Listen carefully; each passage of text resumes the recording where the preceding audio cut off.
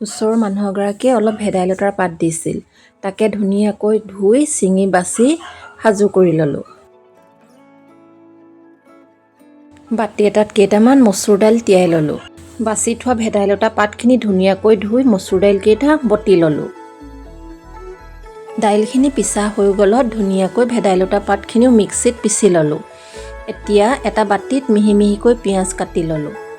এয়া কেইটামান টিলিকি বেঙেনাও আমি ফ্ৰাই কৰিবৰ বাবে সাজু কৰি ৰাখিলোঁ। নামটো হ'লে নাজানো দেই, যদি জানে আপোনালোকে কমেণ্ট কৰি জনাবচোন। এয়া কুটি থোৱা পিঁয়াজখিনিত আমি পিচি লোৱা ভেদাইলতাখিনি মিহলি কৰি ল'লোঁ।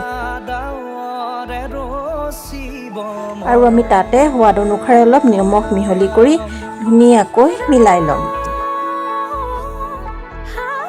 তাতে আমি অকণমান হালধি গুড়াও দি দিম আৰু এইখিনি ধুনীয়াকৈ মিহলি কৰি ল'ম আৰু অকণমান বেচনো দি দিম, যাতে আমাৰ মিশ্ৰণটো অকণমান ডাঠ হয়।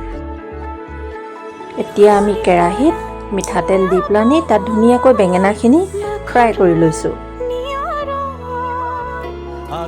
এয়া আমাৰ বেঙেনা ফ্ৰাই ৰেডি হৈ গ'ল।